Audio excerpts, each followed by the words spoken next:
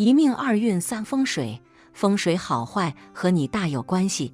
欢迎大家来到今天的小酱汁命理讲堂。今天小酱汁主要给大家讲讲手藏日月，富贵无敌的发大财手相。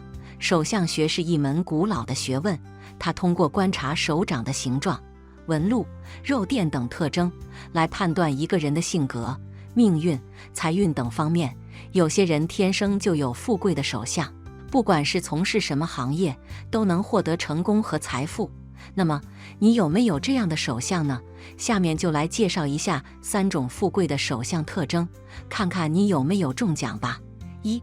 三财纹，这是指手掌上的3条主纹，即生命线、智慧线和感情线，都清晰而分明，没有杂纹或断裂，形成一个川字。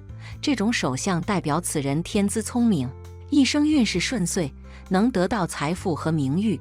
3财纹俗称川字掌，并有男人川掌事业顺，女人川掌财帛多的说法。判断方式：将手掌平放在眼前，观察手指与掌一般长的3条主纹是否清晰而分明，是否形成一个川字。优点：聪明，运势好，财富多，名誉高。缺点：可能过于自信、骄傲，不易接受他人意见。2. 三风纹，这是指食指、中指和无名指的根部都饱满而隆起，像山峰一样。这种手相代表此人有财有路，家中金玉满堂。三风纹分别对应于巽宫、离宫和坤宫，分别代表财富、权力和福禄。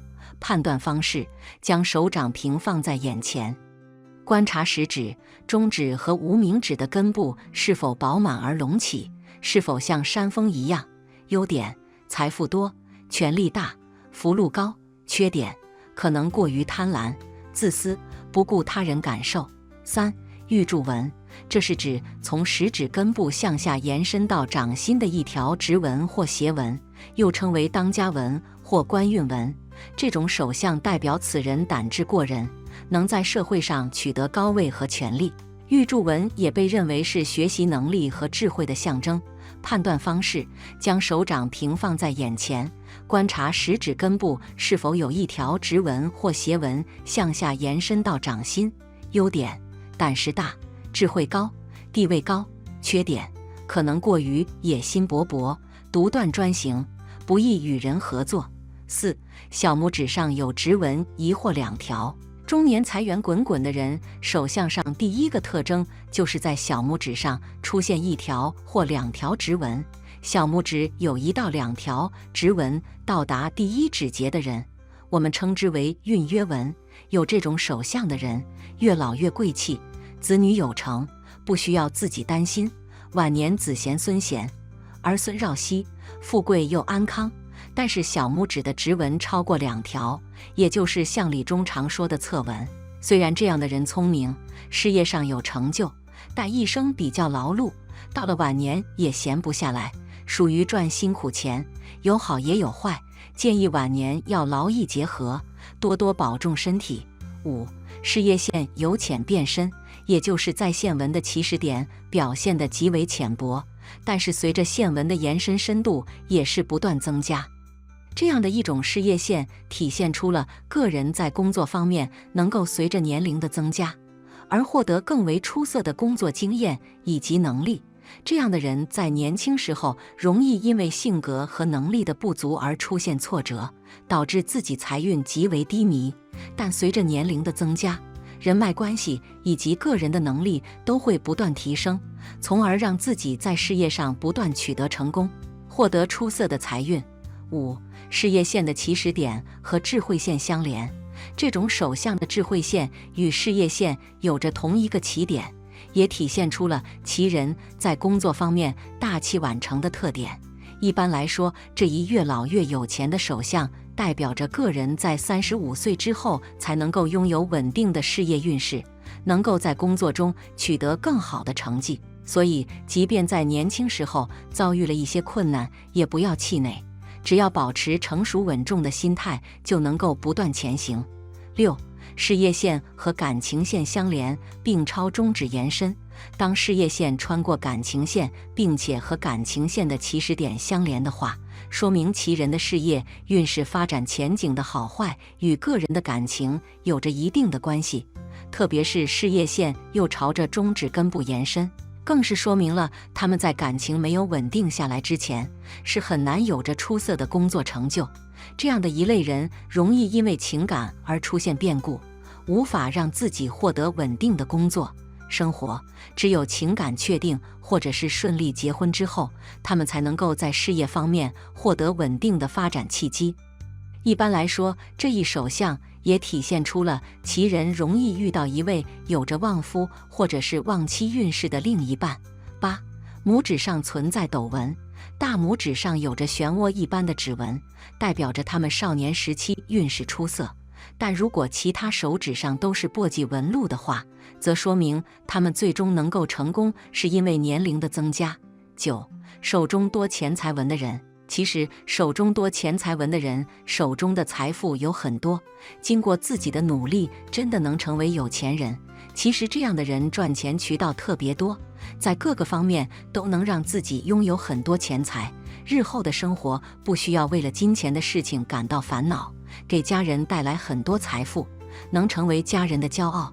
遇到这样的人肯定要好好珍惜，因为他们不仅能给你带来很多财富，也能给你事业方面提供帮助，让你成为一个更有能力的人，在很多方面都愿意照顾你。10. 手中有元宝形状的人，一个人要是手中有元宝形状的，说明了这个人的财运是很好的，一般都能让自己存到很多钱，无论从事什么行业都能成为有钱人的。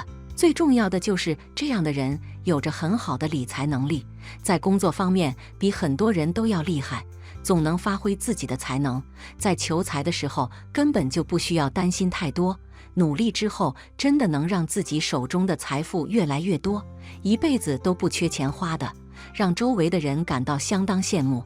11. 小拇指有1、2条直纹到达第一指节的人，小拇指有1到2条直纹到达第一指节的人，财运方面真的不错，到了晚年会让自己有更好的生活，就是越老越有福气的一个人来的。其实这样的人对于家庭相当重视，经常都会为家庭付出很多的，也会考虑到另一半的感受，所以能得到对方的宠爱。